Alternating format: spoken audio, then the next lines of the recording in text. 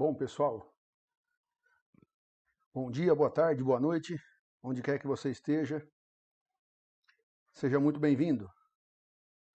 No dia de hoje, nós vamos tratar um pouco sobre o assunto de hidrodinâmica. Gostaria de lembrar a todos que esta é uma série de aulas que a gente ministra dentro da disciplina de hidráulica para o curso de agronomia da Universidade Estadual Paulista, campus de Jaboticabal. Meu nome é Luiz Fabiano, eu sou professor do Departamento de Engenharia e Ciências Exatas. E junto com outros colegas, nós atuamos na área de recursos hídricos. Seja muito bem-vindo, espero que você goste, se não for aluno nosso na disciplina, e conte conosco para aquilo que for necessário. Bom, iniciando as aulas, eu sempre gosto da gente relembrar um pouco sobre o que a gente viu no módulo passado. Você, se não assistiu a aula de hidrostática, clique nos links que essa aula está disponível para vocês. Bom, nós vimos na aula de hidrostática, que trata de fluidos em repouso, que fluidos são substâncias que se deformam continuamente sob a ação de uma força tangencial, independente da sua magnitude. Ou seja, se eu aplicar uma força, esse fluido se modifica. Então, se modificando, ele ocupa um volume fixo, independente do formato do recipiente. Isso é fácil a gente ver, né? Se você pegar uma garrafa de água e nessa garrafa de água você colocar água, vai deixar em repouso, vai formar uma interface água-ar plana e uniforme.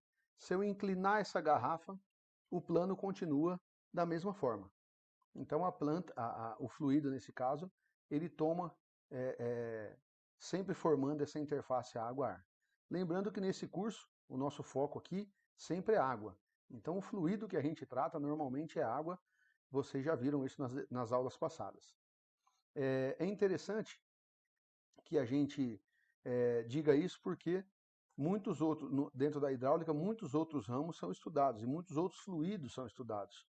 Nós aqui, como a gente já vem dizendo, tenta simplificar ao máximo para que vocês consigam, então, acompanhar nosso foco dentro da hidráulica agrícola.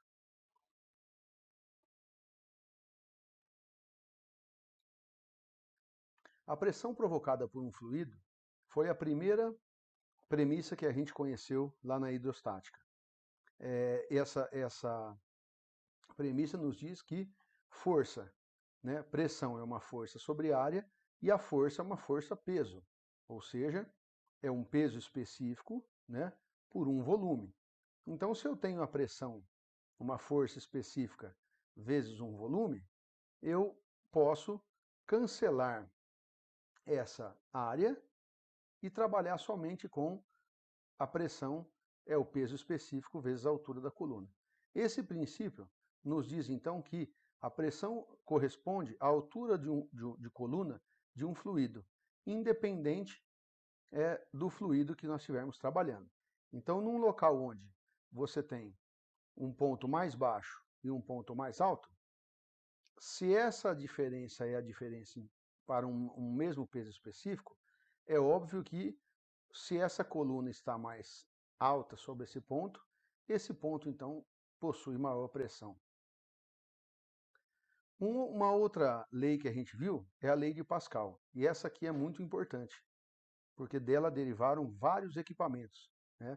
Um deles está aqui, a prensa hidráulica. Nós temos a seringa, dentre vários outros. Em qualquer ponto no interior de um líquido, em equilíbrio, a pressão é a mesma em todos os sentidos. O que isso quer nos dizer? Que quando eu ocasionar uma pressão dentro de um êmbolo, por exemplo, se eu pressionar um êmbolo, eu imprimir uma força naquele êmbolo, a pressão que vai ser aplicada ao recipiente, ao líquido, será distribuída no recipiente de forma perpendicular e ao longo de todas as suas paredes. Então isso me permite, por exemplo, com forças menores, eu amplio a área que essa força é aplicada, né? Então com isso eu consigo elevar grandes pesos. Então essa aqui é a prensa hidráulica. Nós vimos ela na aula de hidrostática. Por enquanto, a gente só está relembrando. Bom, de posse disso, vamos entrar de cabeça agora na hidrodinâmica. E o que é hidrodinâmica? Como o próprio nome diz, é o estudo de leis que regem o movimento da massa dos fluidos entre superfícies limitantes. Essas superfícies limitantes podem ser canais, podem ser tubulações, né? Então agora nós vamos, a grosso modo, colocar essa água para escoar. E uma vez essa água escoando, obviamente, as leis que regem esse movimento já não mais se aplicam àquelas em que ele estava sobre estática completa. Em algumas situações, os fluidos são considerados perfeitos, ou seja, incompressíveis e sem viscosidade, para que a gente possa entender os princípios da hidrodinâmica. Mas nós vamos perceber que na maioria dos casos, na agricultura, que é o grande foco nosso, os fluidos deixam de ser perfeitos, eles passam a ser fluidos reais. E nesse caso, nós vamos ver mais para frente como é que fica, tá certo? Então, como podem ser classificados os movimentos dos fluidos? Nós temos movimentos que são um movimento que é chamado de laminar. Esse é um comportamento muito brando, né? As partículas de água têm uma trajetória bem definida, elas deslizam suavemente sobre as camadas adjacentes, têm tendência à estabilidade amortecidas por forças viscosas e de cisalhamento e que dificultam muito o movimento relativo entre as camadas. Então, esse regime laminar é um regime que eu costumo brincar quando a gente compara a uma música muito calma, né? Ela tem trajetória bem definida, ela tem um ritmo suave, ela não causa turbilhonamento, então é aquela sensação que a gente tem de realmente marasmo. Por outro lado, nós temos um fluxo chamado de turbulento. E esse fluxo, aí, totalmente ao contrário do fluxo laminar, no fluxo turbulento, essas partículas têm trajetória totalmente irregular. Deslizam de forma aleatória, sinuosa, batem umas nas outras, batem na parede do conduto, né? Tem um movimento caótico, macroscópico, né? E totalmente difusivo, e obviamente que ao tocar as paredes do conduto e ao bater, ao se chocar contra as partículas adjacentes, elas acabam dissipando energia. Na natureza, a maioria dos fluxos que ocorrem são turbulentos. E no nosso caso de agricultura, então, isso nem se fala, né? A maioria das situações em que a gente vai trabalhar, esse regime é tratado como turbulento. Bom, e como que eu posso saber em qual regime eu estou trabalhando? Existe um parâmetro chamado número de Reynolds. O número de Reynolds, ele calcula e nos indica qual regime que a gente está atuando, ou em que o escoamento está acontecendo. Se o conduto for forçado de seção circular, o que normalmente a gente trabalha em sistemas de abastecimento de água e irrigação, o número de Reynolds é em função da velocidade do fluido no conduto, do diâmetro desse conduto e da velocidade cinemática, e da viscosidade cinemática. Condutos forçados de seção não circular têm um número de Reynolds um pouco alterado, pois levam em consideração o raio hidráulico ao invés do diâmetro. Então, o raio hidráulico, lembrando que a área é sobre perímetro, tá? Normalmente utilizado também em canais e condutos livres, né? Então aqui a gente tem o número de Reynolds quando eu estou trabalhando em condutos livres, né? Ou condutos de seção circular, mas atuando como condutos livres. Isso é possível. Quando a gente vê a aula de condutos forçados, vocês vão entender um pouco mais disso. Mas o interessante na agricultura, normalmente a gente vai trabalhar desse lado aqui, ó, número de Reynolds, né? Nesse sentido, tá? Lembrando a todos que é importante as unidades, não vamos esquecer, então velocidade média metro por segundo, diâmetro da tubulação sempre em metros, raio hidráulico, né, que é a área sobre o perímetro, também em metro, e a viscosidade cinemática do fluido em metro quadrado por segundo. Lembrando que a viscosidade do fluido água é essa que está aqui embaixo, né? Então, se a gente estiver trabalhando com isso, eu posso eu tenho que guardar esse número aí na cabeça, tá bom? Ou, claro, buscar aí na literatura, nos livros, né? A gente encontra com certa facilidade em propriedades de fluidos. Como Reynolds determinou isso? Como é que ele encontrou esses números? É muito interessante. Reynolds, em 1883, ele demonstrou através de um experimento que era possível a gente saber como que os fluidos estão escoando. E ele fez isso de uma forma bem tranquila.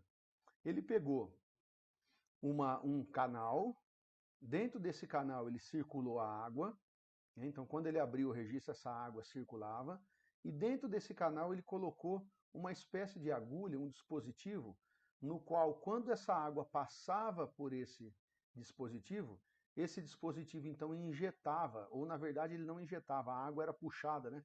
O, o, o, uma tinta era puxada. E quando isso era puxado, ele identificava qual era o regime. Nós vamos ver agora, tá? Algumas imagens que eu peguei na internet para a gente poder caracterizar esse regime. Bom, então aqui está um esquema, né, de como o Reynolds fez. Então observe que tem um reservatório de corante aqui em cima, né, uma válvula para ele regular a entrada do corante. Por que corante? Para ele poder ver, né, qual era o fio e de que forma que se comportava a lâmina de água e as placas de água, né, como é que se comportava aquelas linhas de água. Reservatório de água, né, e o injetor, o tubo por onde saía aqui o corante, e aqui os tubos, né, onde a água saía e provocava então a sucção desse ponto para cá. Né? Então esse registro ficava aberto, né, ele controlava a vazão, e à medida em que ele mexia nesse registro, ele ia observando o que é que acontecia dentro do regime de escoamento. E aí ele percebeu que acontecia dessa forma. Então essa é uma imagem de internet, eu juro para vocês que eu não encontrei a fonte. Se alguém souber a fonte, eu faço questão de referenciar aqui no nosso trabalho. Então aqui a gente tem um fluxo laminar, depois à medida em que ele abria, ele via que esse fluxo começava a oscilar um pouco, ele entrava num maior turbilhonamento, né, um regime de transição aqui, ó, e depois ele entrava em turbilhamento total. Isso aqui, pessoal, é fácil da gente identificar. Eu gosto muito de usar o exemplo de quem fuma, né? Se você estiver num lugar e você observar a fumaça que sobe do cigarro de uma pessoa, essa fumaça ela começa a sair do cigarro de uma forma bem laminar, logo depois ela começa a se tornar transitória, e daí para frente, e de um determinado ponto para frente, ela vira turbulenta. Então é interessante a gente perceber isso. Eu não gosto muito de cigarro e não quis fazer esse experimento com cigarro para vocês verem.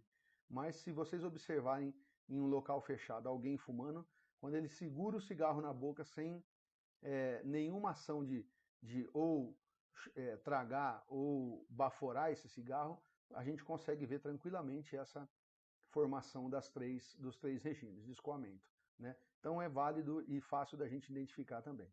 Bom, é claro que isso dentro de um tubo a gente não vai ver, né, pessoal? A gente trabalha calculando o regime de escoamento justamente para isso. Né? Então aqui a gente observa o regime laminar, como é que fica, né? Ó. Então bem definido, um traço bem definido, e o regime turbulento, ó, você observa que aqui causa-se então um turbilhonamento das moléculas de água. Né? Então observe que aqui elas começam a se chocar entre elas, a trajetória não é definida, ela se choca com as paredes do tubo, ela se choca entre as lâminas de água que aqui estão correndo, né? A gente chama de linha de fluxo aqui, então ela se choca entre elas, e aqui já não, aqui já é um regime, tá vendo? Uma configuração bem definida. Se a gente analisar o que acontece com a velocidade, eu não vou entrar nisso para não ficar muito maçante, tá? Mas observem que aqui a gente tem uma velocidade no regime laminar igual a zero, quando ocorre na camada de fluxo, né, no fluxo de água. E aqui a gente observa, ó, na linha de fluxo, né, a gente observa que a maior velocidade é atingida no centro. Então é feito no centro, tá vendo? Ela faz essa configuração. Tanto que quando a gente mede velocidade, seja dentro de conduto ou em canais, como a gente vai aprender futuramente, eu tenho que tentar medir a velocidade sempre no meio do fluxo, né? Evitar medir nas extremidades das linhas de fluxo, pegar aqui no ponto mais central das linhas.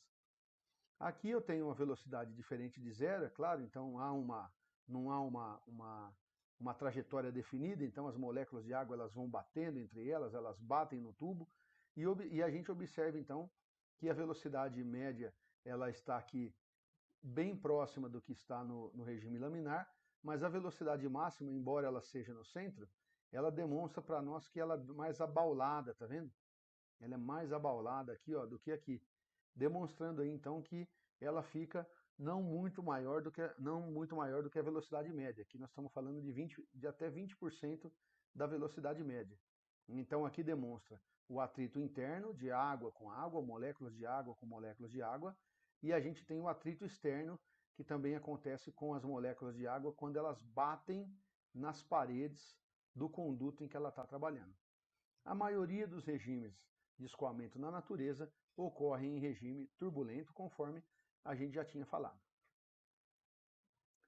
Bom, como que se classifica então o regime de escoamento?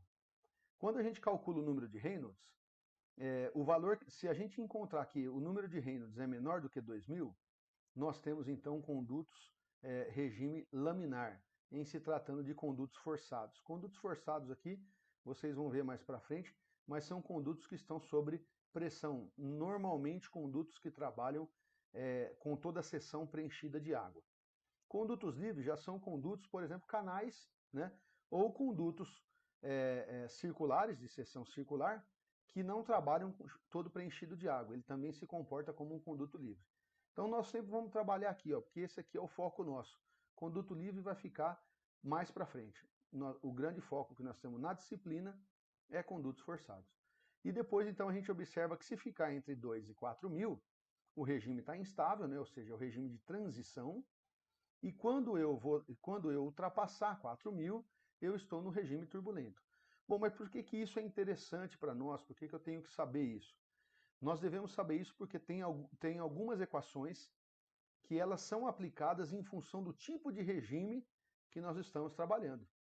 Então é muito importante que a gente conheça qual o número de Reynolds para que a gente tenha como aplicar as equações de forma correta. Ok? Bom, outra equação importante que a gente tem na hidrodinâmica é a equação da continuidade. Então essa é uma das equações que com toda certeza nós vamos utilizar muito daqui para frente. Nós vamos utilizar na aula de hoje, nós vamos utilizar na aula de condutos forçados, e eu tenho certeza que vocês vão usar muito na vida prática de vocês. Depois da aula de hoje, vocês já têm plena condição de dimensionar qual é o diâmetro, por exemplo, adequado para que você leve água de uma represa até uma caixa d'água. Ok? Então, prometo para vocês que isso vai funcionar, tá? Aqui, então, para que eu vou aplicar, né? Para que vai me servir isso? Ela é importante no estudo dos movimentos dos fluidos, é utilizada tanto em conduto forçado quanto em conduto livre. Aí o que vai variar aqui é a questão de qual a velocidade que você vai adotar, ou a forma como você vai medir a velocidade, e também a medida de área, que vocês vão ver que a equação da continuidade ela é em função desses dois parâmetros. E a aplicação da lei da conservação de massa nos fluidos. Bom, então o que eu posso pensar aqui nesse caso? Admitindo que o princípio da conservação de massa em fluido, eu tenho que o fluido que entra em A1, ele tem peso específico 1, ele passa por uma área sobre uma velocidade. E ele vai sair no ponto 2. No ponto 2, eu tenho a quantidade de fluido que vai sair é igual ao peso específico do fluido ao passar pelo ponto 2, né, vezes a área do ponto 2, vezes a velocidade do ponto 2. Se o fluido for incompressível, ou seja, se ele for um fluido perfeito, eu tenho aqui que o peso específico de 1 é igual ao peso específico de 2. Se a quantidade escoada é constante, ou seja, se a vazão que eu entro aqui é a vazão que sai aqui, então eu posso dizer que a quantidade de fluido escoado entre 1 que sai em 2 é a mesma. De posse disso, então, se a vazão escoada, né, se o fluxo escoado é o mesmo, eu posso dizer que a vazão em 1 é igual à vazão em 2. E a vazão em 1, então, como o peso específico em 1 e 2 é igual, vai me sobrar área e velocidade de 1 e área e velocidade de 2. Né? E isso aqui, pessoal, é muito interessante, por quê? Porque a equação da continuidade nos diz que vazão é igual a área vezes a velocidade, desde que o fluido seja o mesmo, dentro do tubo, que acontece de forma bem tranquila nos sistemas que a gente estuda e projeta na área de ciências agrárias. E aqui é importante a gente saber que, quando eu aplico a equação da continuidade, a água a vazão que entra em um ponto, ela tem que sair no outro. Ô Fabiano, mas e se eu tiver furos aqui no meio? Se você tiver furos aí no meio, nós vamos estudar mais para frente, eu preciso considerar a redução na vazão ao longo desse percurso. Ok? Então aqui nós vamos trabalhar sempre imaginando que a quantidade de água que entra, né, de fluido que entra, é igual à quantidade que sai, ou seja, a vazão em 1 é igual à vazão em 2. A vazão em 1, se isso aqui é igual a isso, eu tenho que a vazão em 1 é a área da seção do conduto vezes a velocidade, que é igual à área 2 vezes a velocidade 2, que é igual à área n vezes a velocidade n, que é a vazão n. Ou seja, a vazão, desde que a vazão seja constante, eu posso aplicar a equação da continuidade. Bom, então como eu posso aplicar a equação da continuidade na prática? Esse é o grande barato que a gente tem. É muito legal essa equação e ela é muito fácil de ser aplicada. Eu posso utilizar a equação da continuidade em cálculo de vazão de condutos. Então, se eu sei a área de um conduto e sei a velocidade com que a água escoa dentro dele, eu posso encontrar a vazão. E essa área aqui vai depender do diâmetro, né, do conduto que eu tenho. Então isso é fácil, eu posso ter, por exemplo, na propriedade rural, uma tubulação de 100 milímetros, né, 4 polegadas, e eu quero saber quanto de água eu posso escoar naquela tubulação, respeitando uma velocidade, que normalmente a gente fixa ela também, vocês vão ver daqui um pouquinho. Eu já sei qual é a vazão em que eu posso conduzir numa tubulação dessa, ou que com uma velocidade que eu adotei, está sendo conduzida dentro de uma tubulação de 100 milímetros, por exemplo, como a gente falou.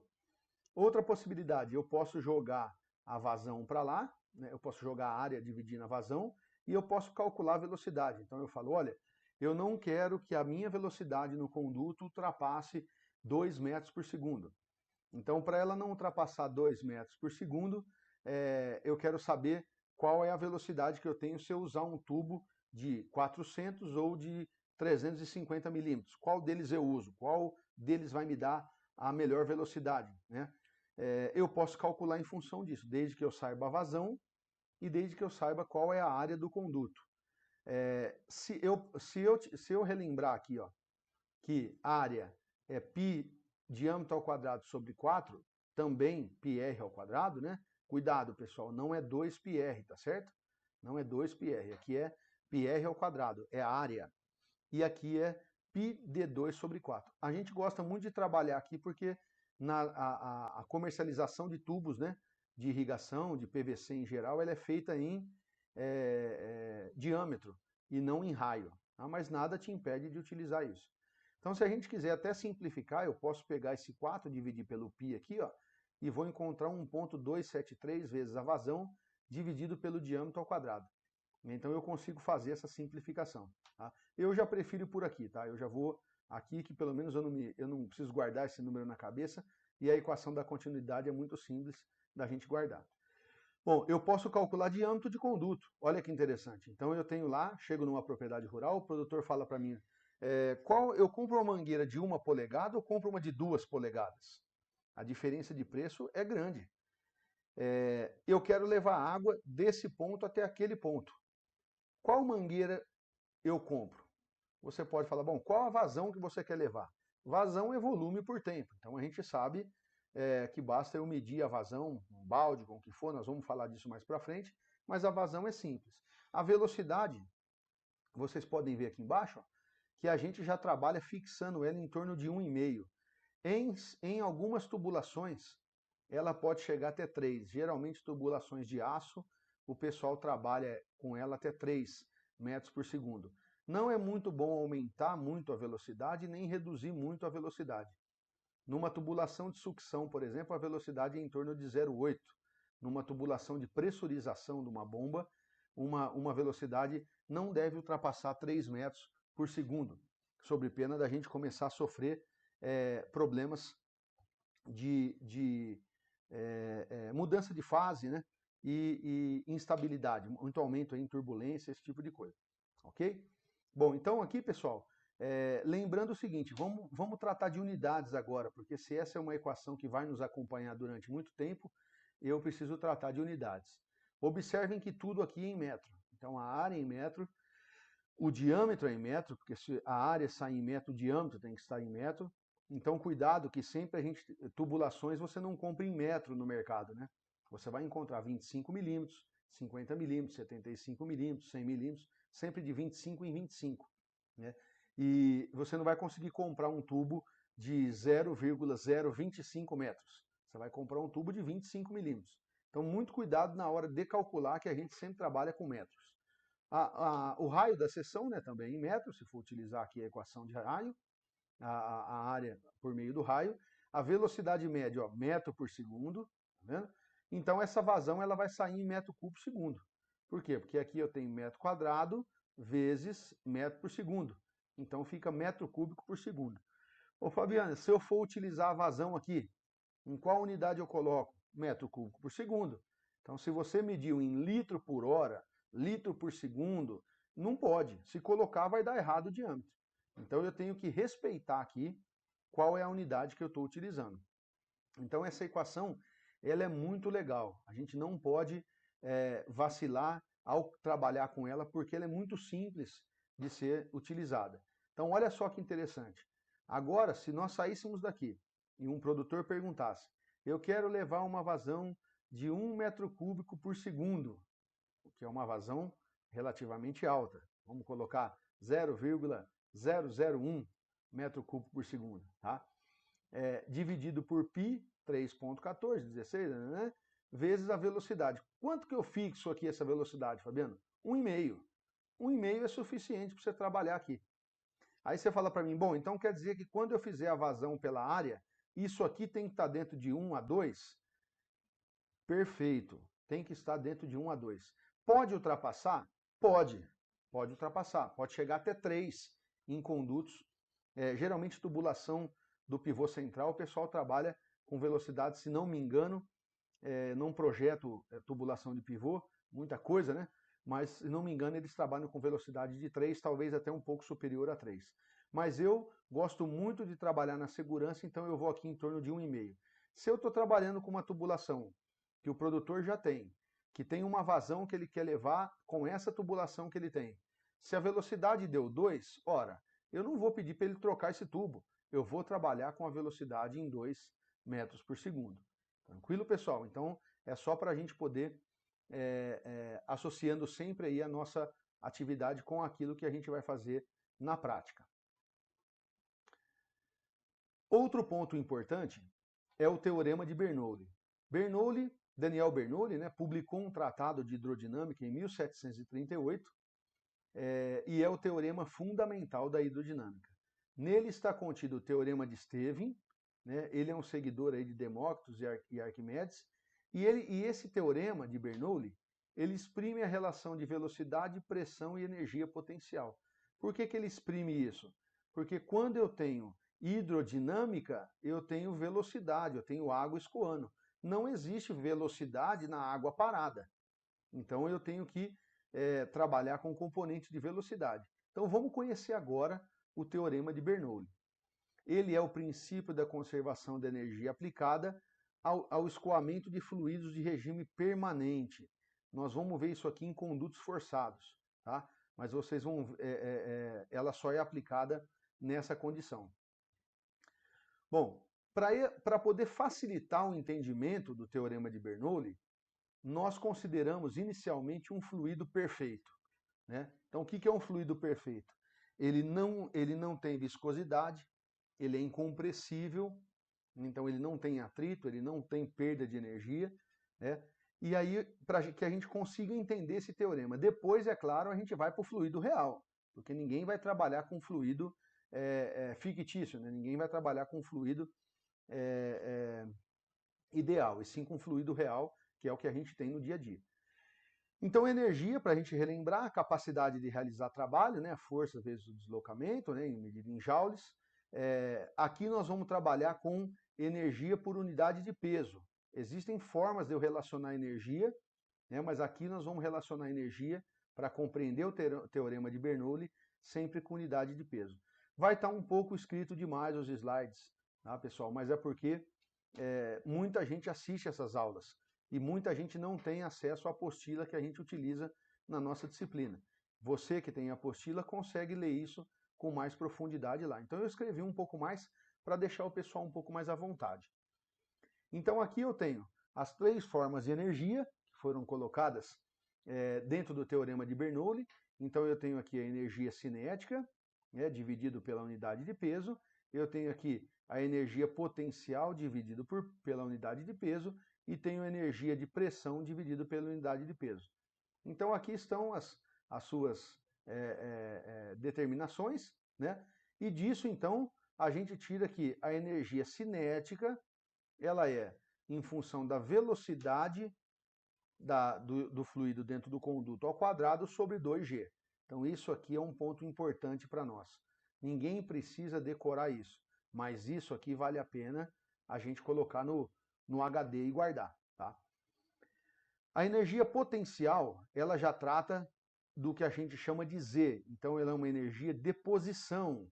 Então aqui nós temos uma energia cinética ou de velocidade. Aqui nós temos uma energia de posição.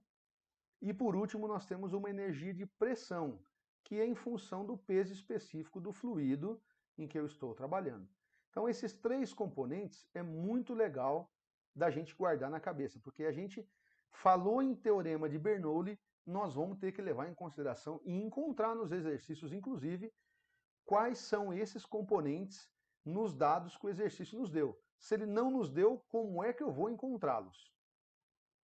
Então, se pelo princípio da conservação de energia, né? Então a energia total é o somatório dessas 3 energias em função de uma unidade de peso. Então eu posso dizer que V ao quadrado sobre 2G mais o componente Z, que é o componente de altura, mais o componente de pressão, tem que ser sempre o somatório de toda a energia do sistema. Ah, Fabiano, mas por que você está enfatizando tanto isso? Porque quando a gente relacionar 2 pontos, isso vai ter que ser uma verdade, ou seja, toda a energia concentrada num ponto que for igual ao outro, no final ela tem que se completar. Não pode haver, num fluido perfeito, perda de energia, até porque ele não tem viscosidade. É importante saber, vou sempre deixar aqui, tá, ó, no cantinho, para a gente ir relembrando e guardar isso. Isso tem que ser um mantra nosso, né? Então eu vou sempre guardar isso na cabeça. É importante a gente saber que esse V, então, frisando V ao quadrado sobre 2G, é a carga cinética ou de velocidade. Esse Z, também chamado de H em alguns materiais, tá? Também é chamado de H, tem uma denominação aqui de H, representado, né, pela letra H, é de carga potencial, né? Então carga potencial tem a ver com posição. Então qual é o potencial que existe de gerar trabalho a partir dessa posição em que eu estou, né, dessa carga em que eu estou. E aqui a gente tem então a posição, a carga de pressão, também chamada de carga piezométrica. Então aqui eu tenho então compondo as 3 cargas na equação de Bernoulli.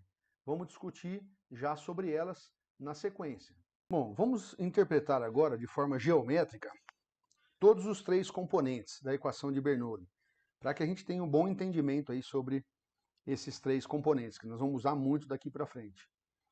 Então vamos começar a interpretar geometricamente a carga de pressão ou carga piezométrica.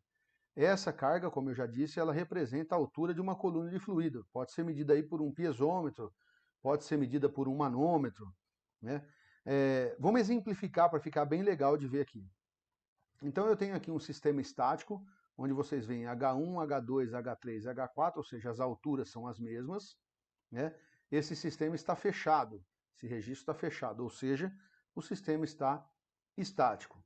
Quando eu abro esse registro, eu torno esse sistema estático em dinâmico, ou seja, a água passa a circular por essa tubulação. Ela ganha velocidade e ela sai de uma condição estática para dinâmica e começa a escoar.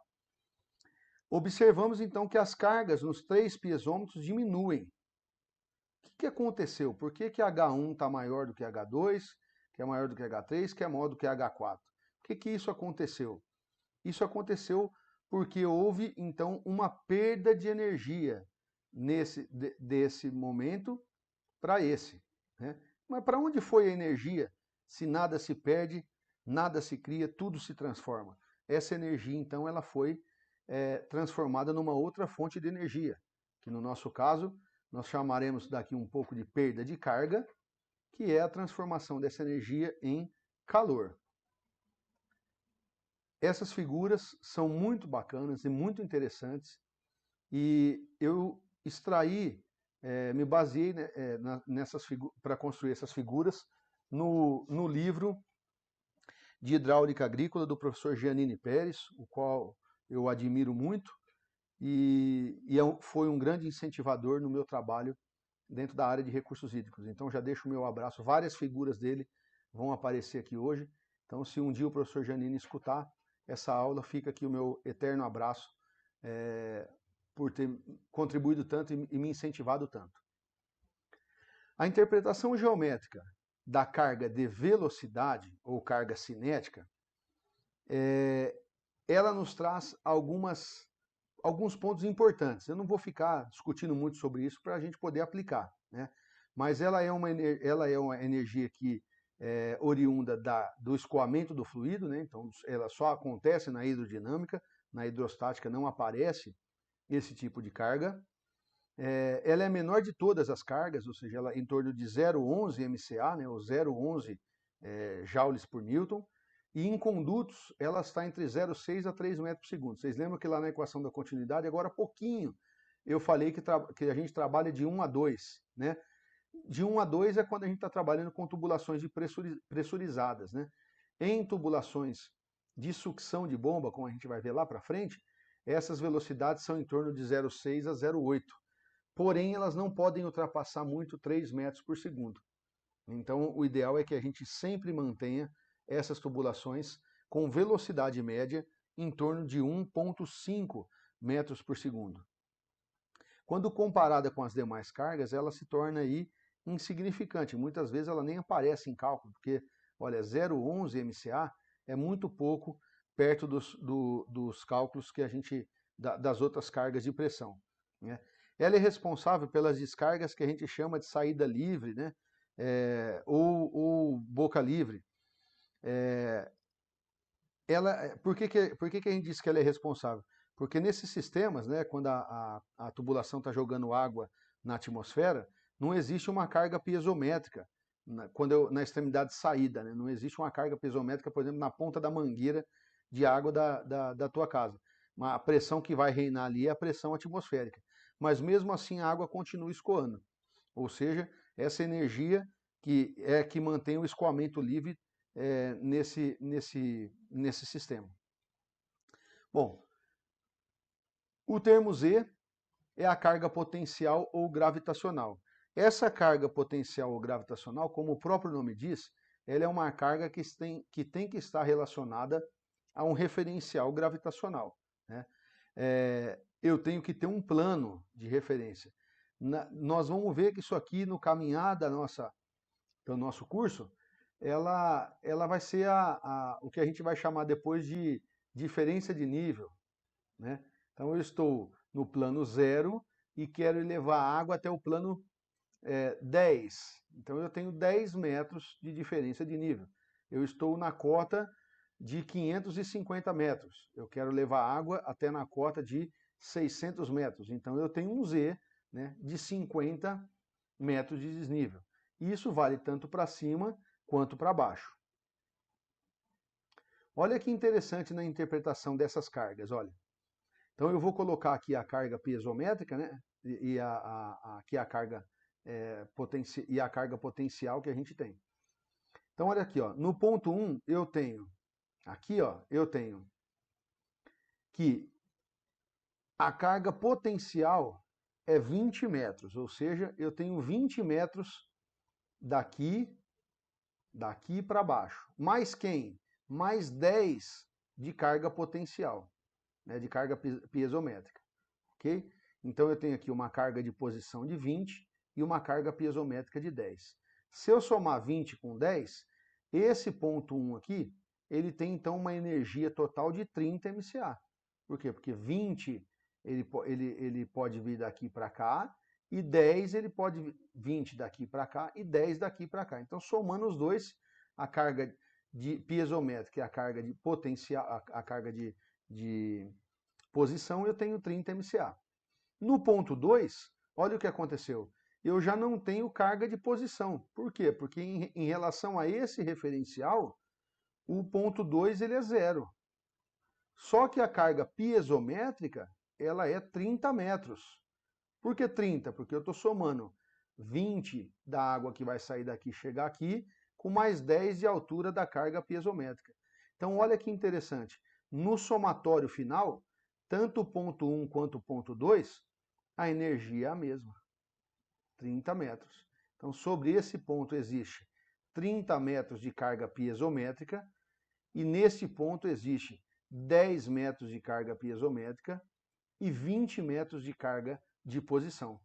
Ou seja, os dois pontos têm a mesma quantidade de energia. Lembrando que aqui nós estamos levando em consideração que o fluido é um fluido perfeito. Viram que bacana? Muito interessante, né, pessoal? Muito interessante, e é possível comprovar geometricamente que isso acontece.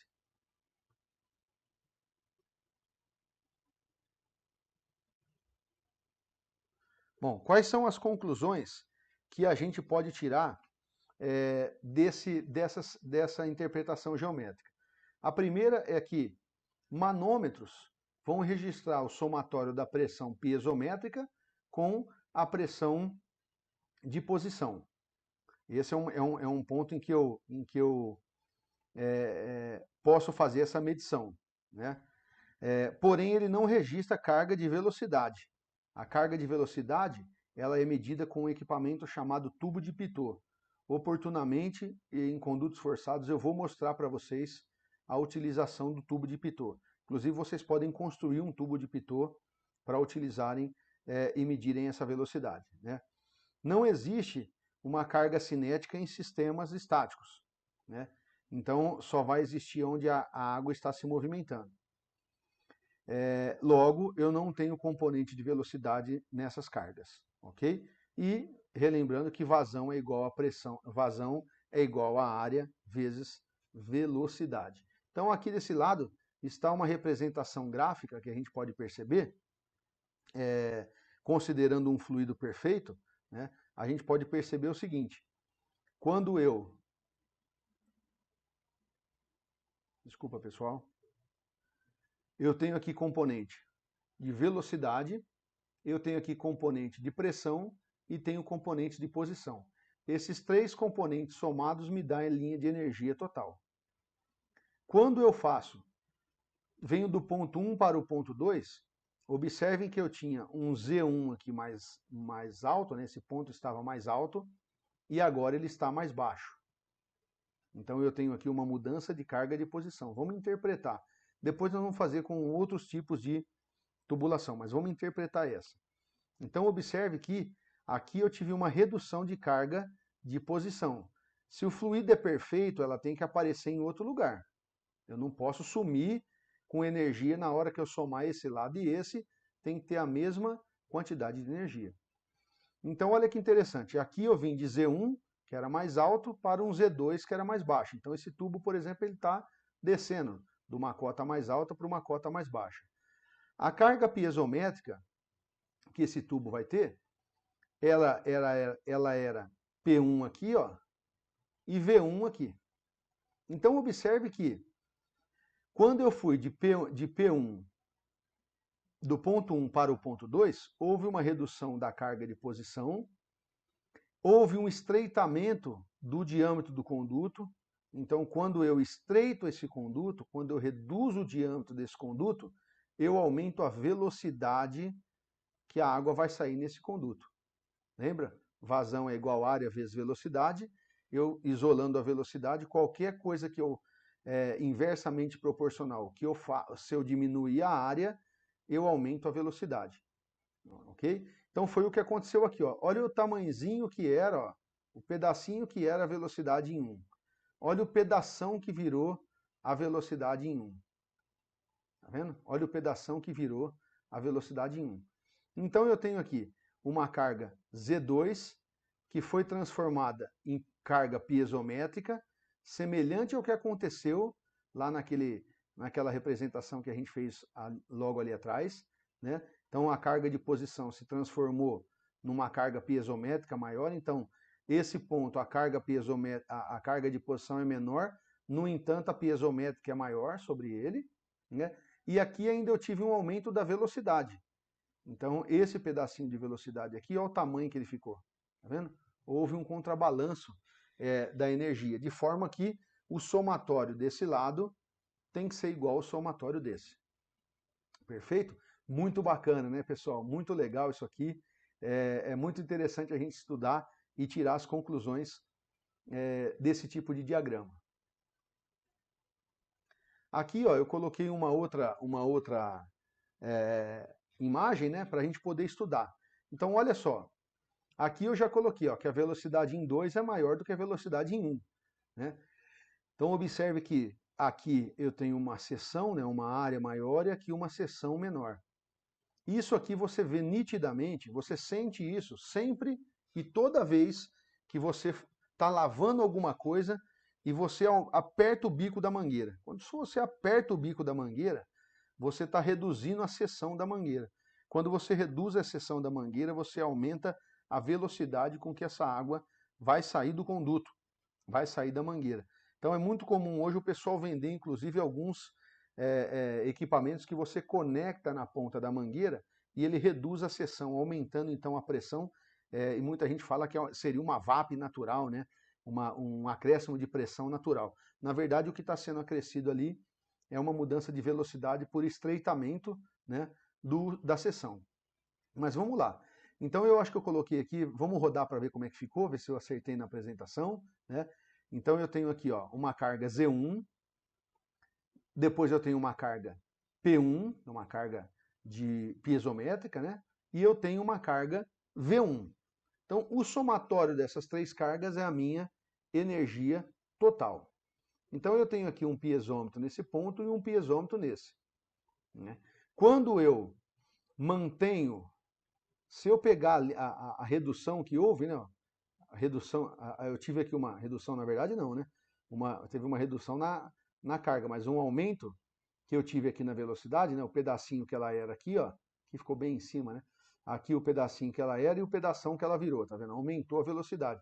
Não pode sumir a energia daí. Ela tem que, o somatório tem que ser igual. Então, se aqui aumentou, alguém tem que diminuir. Concorda? Então, se eu passar uma linha aqui, ó, olha a carga P1. A carga P1 era essa aqui, ó, todinho, ó, ela aqui, ó. Essa aqui era a carga P1. Então, se a carga P1 estava aqui, se alguém aumentou, outra tem que diminuir. É sempre intercâmbio. Então, se a velocidade aumentou, quem diminuiu foi essa aqui. Por que, Fabiano? Foi ela? Ora, porque eu não mudei o referencial. Então, o 2 aqui, ele continuou igual. O 2 continua igual, tá vendo? Essa carga aqui veio para cá e essa carga aqui veio para cá. Então, ela estava aqui antes e quando a velocidade aumentou, porque eu reduzi o diâmetro, essa velocidade, então, vamos pensar assim, ela pegou uma fatia da energia total do sistema. Se ela pegou uma fatia total, alguém ficou sem comer. Então, por exemplo, quem ficou sem comer aqui foi a piezométrica. Por que ela? Porque a de posição não se alterou. Se eu inclinar esse tubo, aí eu vou ter uma alteração da de posição. E aí esse intercâmbio de energia vai se refazer de uma forma diferente da que está aqui. Bom, aí nessa situação a gente consegue ver, tá vendo? Vamos inclinar esse tubo então para a gente ver o que é que acontece. Então eu continuo tendo aqui, ó, um ponto Z1, né, um ponto 1 que está aqui em Z. Aqui eu tenho o ponto 2 que está em Z2. Observe que o tubo agora ele não muda de diâmetro, ou seja, se ele não muda de diâmetro, não há variação na velocidade. Então, para interpretar uma figura dessa, é muito importante eu entender isso. Houve mudança de diâmetro? Não. Então, o componente de velocidade permanece igual. Houve mudança no comportamento da carga de posição? Houve. Então, a piezométrica vai aumentar. Porque se as três têm que ser igual no final, lembrando que aqui, galera, fluido perfeito, tá certo? Não é fluido real. Nós não falamos nada ainda de fluido real. Só para a gente poder entender sem o fluido real aqui. Não vai atrapalhar a gente em nada, tá certo? Mas para compreender melhor. Então observe que aqui, ó, como não varia a velocidade, então a velocidade nesse local aqui, ó, nesse ponto, ela vai ser igual no outro. Ó, a carga de velocidade ali, ela ficou igual, tá vendo? A carga piezométrica, ela era aqui, ó, até aqui, e agora a carga piezométrica passa a ser daqui até aqui. Então esse pedaço aqui, ó, de energia que aumentou, alguém perdeu. Quem perdeu? O Z, ó, perdeu daqui até lá, porque ele veio de Z1 até Z2. Observaram? Então eu sempre tenho, se eu perder de um lado, essa energia tem que aparecer do outro, ela não pode sumir, né? Disse Lavoisier, né? Na natureza nada se cria, nada se perde, tudo se transforma. Então nesse nosso caso, essa energia está sendo transformada em energia piezométrica. Eu perdi posição, mas ganhei pressão, ganhei carga piezométrica, já que a velocidade permaneceu inalterada. Então lá, ó, fiz até umas setinhas, né, para a gente ver. Olha lá que legal. O somatório ali tem que ser a carga de energia total. Aqui eu tive um decréscimo, aí a minha carga o meu P2, a minha velocidade manteve, e o meu P2 então aumentou, porque houve uma compensação, né? Houve, na verdade, um intercâmbio entre as energias para que a energia de um lado seja igual à energia do outro.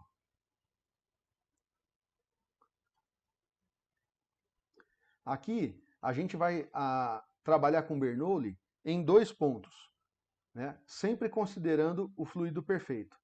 Então, se eu tiver duas seções, a energia total em 1 é igual à energia total em 2, ou seja, o componente cinético em 1, componente de posição em 1, componente de pressão em 1, é igual ao somatório do componente de energia cinética em 2, componente de posição em 2 e o componente de pressão em 2. Então eu posso aplicar a equação de Bernoulli, ó, desculpa aqui, né? Aqui ficou um pedaço que é mais, na verdade, aqui não existe isso, tá? Na hora de passar a equaçãozinha aí, deu um probleminha, então é só mais aqui, tá? Bom, então o teorema de Bernoulli ele tem essa premissa: se o fluido for incompressível, sem atrito, regime permanente, sem troca de calor ou adição de pressão, eu posso considerar que a energia total em um ponto é igual à energia no outro. Então, ó, não tem uma bomba adicionando pressão, não tem troca de calor, o regime é permanente, ou seja, a velocidade, a vazão é mantida constante, né? Então tudo que entra numa ponta é o que sai na outra. Eu posso fazer essa aplicação tranquilamente na equação de Bernoulli entre dois pontos de energia para que a gente balanceie, como a gente fez ali atrás. Falando agora de fluidos reais, né? Porque a gente está falando fluido ideal, mas nós vamos trabalhar na nossa vida, em todos os casos, com fluidos reais. E o que são, então, esses fluidos reais? São fluidos que, ao contrário de fluidos ideais, né, eles possuem atrito entre as camadas devido à viscosidade que existe nesse fluido. Então, um fluido ideal, ele é incompressível, ele não tem viscosidade. Então, se ele não tem viscosidade, ele não tem atrito. Se ele não tem atrito, não há então a perda de energia devido a esse atrito. Então, nos fluidos reais, nós vamos ter essa energia. E para usar Bernoulli, nesse caso, eu tenho que computar essa perda que houve. Ou, na maioria das vezes, Bernoulli é utilizado para encontrar o valor dessa perda de energia. Quando eu tenho ela, eu posso encontrar várias coisas dentro de Bernoulli.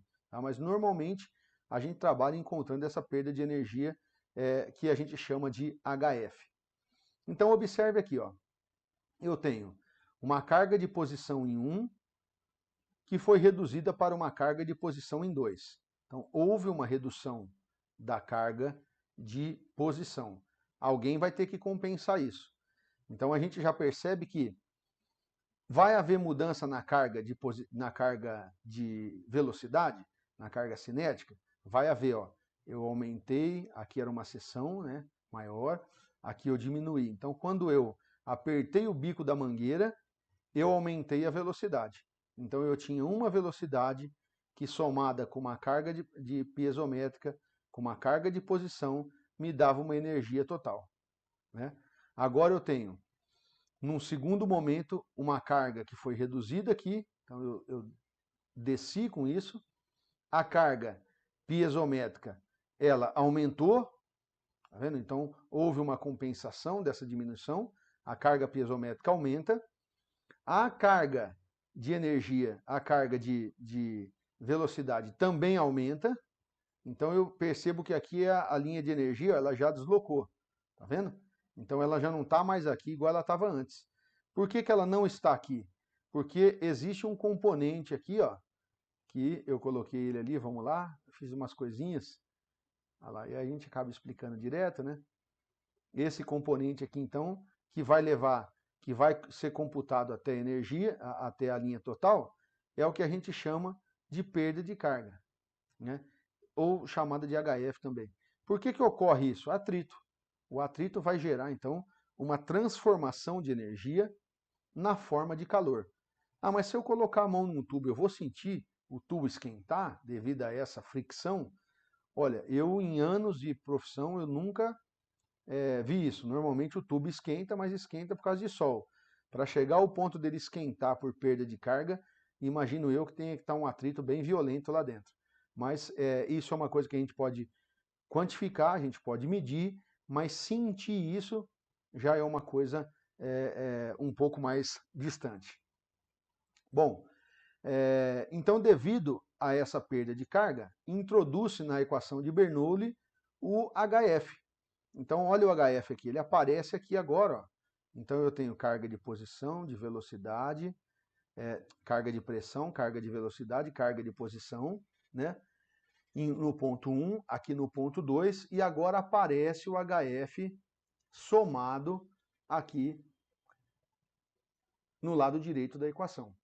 Então, esse HF é o responsável por toda a energia que a gente chama de perda de carga, né? Mas na verdade não é perda, é uma transformação, né? Você perdeu essas cargas, né? Mas ela se transformou, então não é uma perda de energia, tá, pessoal? Então eu não posso falar que isso aqui perdeu energia. Simplesmente a energia foi dissipada, ela foi transformada em outro tipo de energia. Então essa é a equação de Bernoulli para fluidos reais. Quando nós formos fazer exercícios, ou vocês forem fazer na vida de vocês, dificilmente vocês vão encontrar, em exercícios vocês vão até encontrar situação de fluidos ideais. Mas na vida de vocês, essa é a equação que vai acompanhar nos dimensionamentos de sistemas hidráulicos, sejam eles para qual finalidade for. Então, por hoje, a gente encerra a nossa aula de hidrodinâmica. Eu, como sempre, tenho tentado colocar de uma forma mais tranquila possível, né, para que vocês possam pegar gosto por isso, para que vocês possam se interessar por isso. Gostaria muito de agradecer a presença de vocês. Quero pedir para vocês para que curtam aí o nosso canal, indiquem para os amigos o nosso canal, façam críticas, sugestões sobre o nosso canal, para que a gente sempre melhore. Esse é o intuito que eu tenho, é sempre melhorar. Então, se tiver alguma coisa, volto a falar a imagem que eu coloquei de alguém que eu não referenciei, com toda certeza não me sinto nem um pouco constrangido em referenciar se assim for necessário. Então, pessoal, muito obrigado. Até a nossa próxima aula. Curtam o vídeo, curtam o like e para acabar e arrematar como sempre, hidraulicão, hidráulica não é o cão. Forte abraço e até breve.